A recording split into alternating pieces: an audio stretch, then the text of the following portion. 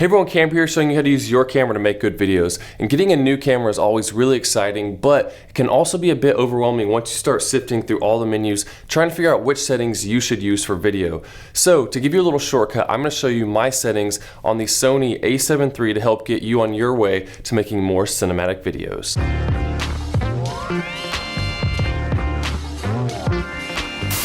So let's get started with the a7 III settings. Now just a reminder, this is video focused. I'll go over my picture settings right now, but we're mainly focusing on the video. So file format has JPEG for when you're in video mode. I have uncompressed for RAW. JPEG size, large, that's the biggest you can have because I want the best quality. Aspect ratio is 16:9, and APS-C Super 35 mode I have in manual and off right now, but I have that customized to a button so you can punch in when you want, and I'll cover that. Next up, long exposure noise reduction off, high ISO noise reduction off. I don't want the camera doing any of that for me. sRGB lens compensation, I have auto for all. If it recognizes the lens, it knows how to make the picture look as good as possible. Scene selection, that is off. Drive mode, this is just for pictures as single shooting. So memory recall, this you can program in different settings for your video, and I actually do use this. So right now if I go to the menu, you can see that we're in 4K, 24 frames per second, 100 megabits per second. But if I go to number 2 here, you can see that changes to 60p, 50 megabits per second, 1/125th on the shutter speed, and f4 on the ISO, and I have a picture profile on right over here.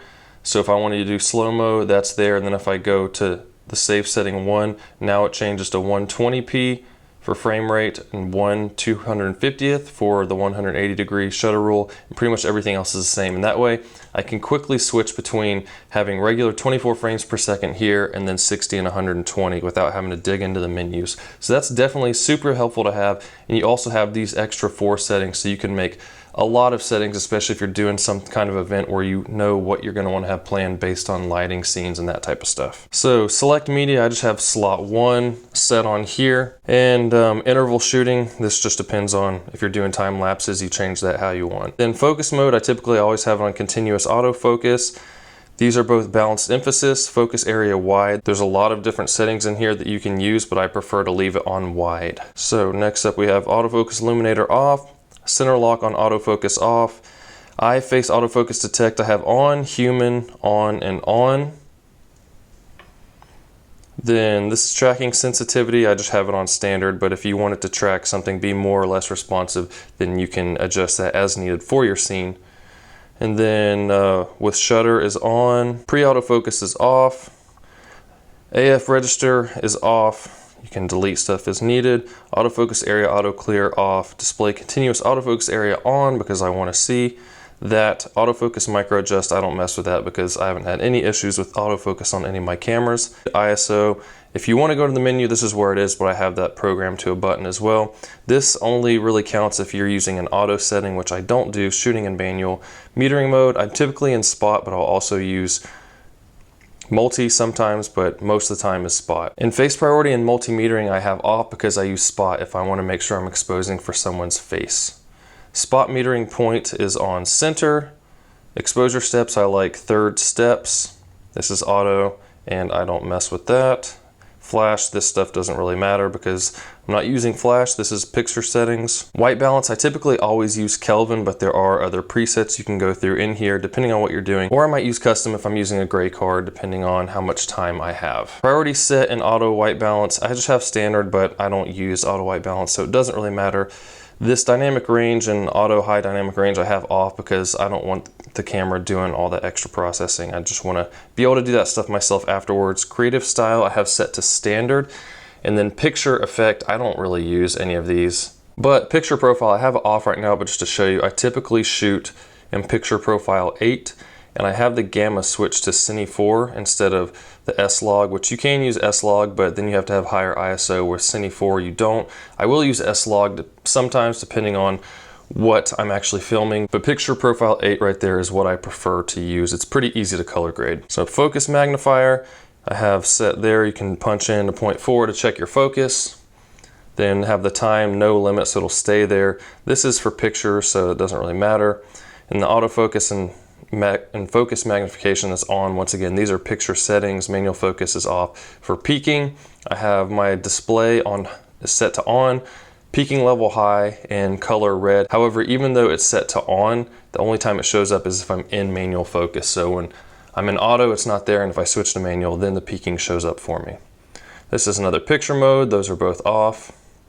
Now we're into the video settings. So we have manual exposure, which I always do. You don't want to be using these when you're doing video. You want to control everything yourself in manual. File format, XAVC-S 4K. There's other options here. You can do HD, like I showed before. If you have HD, then you can come in here 60p, 120p, all that good stuff. But I typically like to shoot in 4K, and then when you go in here, you can see there's multiple options for each frame rate, one with a lower bit rate, one with a higher bit rate. So I like to use the higher one because I want to get the best quality, but if you don't have a lot of space, then you can always go with the lower one. S&Q settings I don't even use because I set my own 60 or 120 frames per second and slow it down in post. Proxy recording I have off right now, but you can turn that on if you want it and record proxy, so it makes editing easier. I'll have more videos on that in the future. Autofocus drive speed is normal. We have tracking sensitivity standard. Auto slow shutter is off. This is once again a setting for if you're doing an auto mode, which I do not suggest. Audio recording is on. The record level just depends on your microphone and how it needs to be set. Audio level display is on, so when we're here you can see the audio level right there and monitor it. Audio out timing is live. I like wind noise reduction off. Marker display is off right now, but if we were to turn that on, you can see these lines right here, and those are the 2:35:1 lines, which is the only marker I typically use, and that's so I can frame stuff based on changing the aspect ratio in post, so I'm doing more of a film look. But then there's all kinds of other options you can have in here for your marker settings as well. This is power link. Movie with shutter is off. Silent shooting off. Front curtain shutter on. Have enable, disable. Steady shot is set to on. And the steady shot settings are in auto because all of my lenses are compatible with the Sony cameras. But if you're using an adapter, you could always go to manual, and then you come in here and you can change based on the lens that you're using. That way you can make sure it's stabilizing based on that focal length, because if you had, say, a 12mm lens on there, but then you put stabilization for 150, then it's going to be looking pretty crazy. So for zooming, you have different options. There's optical zoom only, where it'll only let you zoom based on if you have a zoom lens. Then there's clear image zoom, which I like to keep on because that lets you punch in up to 50% with almost no loss in quality in your image. But if you go to digital zoom, that's where it really starts to punch in more digitally and starts to look bad. So with this zoom, you click on that and you can see right here, you can go up to 1.5. So that's really handy for being able to punch in, especially if you're at live events and you don't have a lot of options for getting closer. We have display button.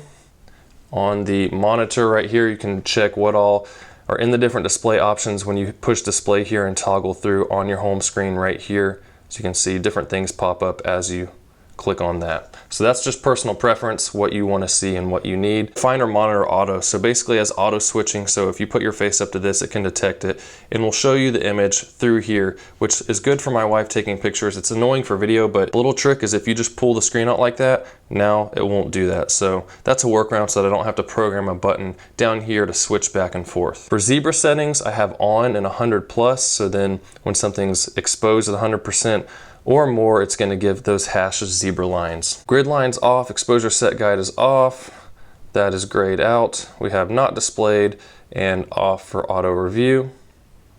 So custom keys, I don't have picture custom keys set, but I do for video. I do take pictures on this, but just for thumbnails pretty much for videos. So I have the control wheel right here set for ISO, so I can spin that and it does ISO up and down.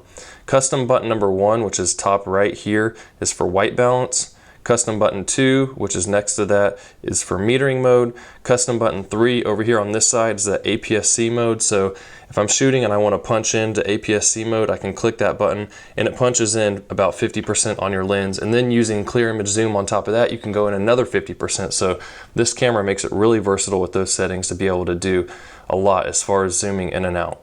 Then peaking, I have right here the trash can button. So this button right here, if you push on it, that'll do the focus area and you can change it from wide or whatever else you want. There's zoom, which is this middle button, and that's where I can punch in and do that clear image zoom up to another 50%. The left button here, face and eye priority and autofocus. The right button is audio level, so I can click that and change it quickly. And then the down button is for that marker display, which we saw right there, just went away. So I can turn that on and off quickly. And then finally, this AEL button, I can turn the zebra setting on and off. The autofocus on button is how I toggle between manual and autofocus. And then the focus hold button, that just depends on if you have a lens with that. And I haven't set that to anything because I don't have lenses that consistently have that button. Then there's the function menu setting. So I'm just gonna actually click function and go through this. So we have drive mode, so if I am taking pictures and I want to set it to a burst or something like that, that is accessible. Autofocus mode, we have focus area, then I have my picture profiles I can toggle through, gamma display assist, which we'll go over later, the zebra settings, then peaking, and the peaking level as well as peaking color, aspect ratio, because my wife uses the camera too. I like to do pictures in 16:9, but she changes it to 3:2 when she takes pictures. Then I have the steady shot adjust if you have a different type of lens, and then the APS-C punch in and out mode. So for the dial setup right here, this one is for aperture, and then the front one I use for shutter speed, and then this wheel is for ISO, like I said before. Normal rotation. Then the dial EV comp I just have off. I don't use this because I don't want it changing any of my exposure. Movie button is right here, so it only starts movies and nothing else. Lock operation parts is off, so basically when I am recording, I can change things like shutter speed, aperture, all that type of stuff without having to stop the recording. Audio signals are off. Then I don't really do anything in here except turn airplane mode on, as well as Bluetooth off, because I don't want the camera wasting battery searching for signals. As well as this section, this is just personal preference, how you want your playback settings, and I don't really do anything with that either. So now for monitor brightness and viewfinder, I have them both on manual and max brightness. At ±0 for finder color temperature. So gamma display assist, this is what I was talking about before, but when you have the picture profiles on, your picture can look kind of washed out, and then you can use these, which puts a LUT over top your image without actually recording that, so that you get a better idea of how something is gonna look and help with your white balancing. Right now it's set to off, which I'm gonna set to S-Log2 because that's what I usually use with picture profile 8 set. Then volume settings, once again, this just depends on how loud you want it playing back. Delete first, I have that, so basically if you have something on here and you click delete, delete pops up instead of cancel, so you don't have to do another button push. So display quality, high. One thing you might notice when you first get your camera is it might not look perfectly crisp, and that's because it's set on standard. You go to high and it's gonna give you the best quality picture on your screen here. Power save time, I put 5 minutes because I don't want it to just keep running if I forget about it. And 30 minutes is kind of a long time, so 5 is a good spot where it'll just black out so that it doesn't waste your battery. Auto power off temp, I set this to high. I've never had this camera overheat, but I like to set it to high just so if it does get hotter, I do have more time before it shuts itself down. I'm in NTSC mode. Touch operation I have set to on. Then touch panel, I have touch panel only. Touchpad settings, absolute position and whole screen. Demo mode obviously is off. IR remote control is on because I do have a remote I use sometimes. HDMI settings, this just depends on what you're hooked up to, so it depends on your settings and your equipment and what you need. So I have this set to mass storage, multi, power supply on so I can power the camera through USB. Remote settings is going to depend on what you have. English, obviously. So format is so you can format your cars. File number, this just depends on right here, file names. If you want to be named something specific, you have right in there. Cord media settings, I have slot 1, which is the bottom here, and that is the UHS-2 compatible one. So recording mode is set to simultaneous, so it records to both cards, and auto switch is on if you were recording to one, then it would auto switch to the other one once you run out of space. But I'm recording to both, so that doesn't matter. I don't make folders here, but you can change multiple folders in your camera if you want on the SD card. And that is everything on there. Then there's the My Menu settings, which you can customize because as you saw, there's a lot of settings on here and it can be hard to find stuff. So here I put all the things I use most often, starting off with formatting the cards, then my frame rates, then my file format here, 4K, 1080p, then being able to set my memory settings if I do want to change something on those. Record media settings that we just went over, selecting which media you want, then the custom keys so I can change those if I want, the function menu so I can edit out things as well. IR remote control, HDMI settings. I have all the picture profiles with marker displays here, aspect ratio, steady shot with its settings, and then the interval function for time lapses if I do that. And those are all of my cinematic settings for the a7 III. And I want to make it very clear that there is a lot more that goes into making your video look cinematic than just these settings on your camera. However, getting these settings right is the first step in that direction. But I also have lots of videos and playlists on the channel teaching you how to make more cinematic videos with techniques in framing, lighting, and much more. So be sure to check that out and you'll see your skills improve even quicker. But if this video was helpful, then please leave a like, subscribe if you're new, and leave any comments with any questions you have. I'll clarify anything I can. Love to help you guys out. And with that, I'll see you in the next one.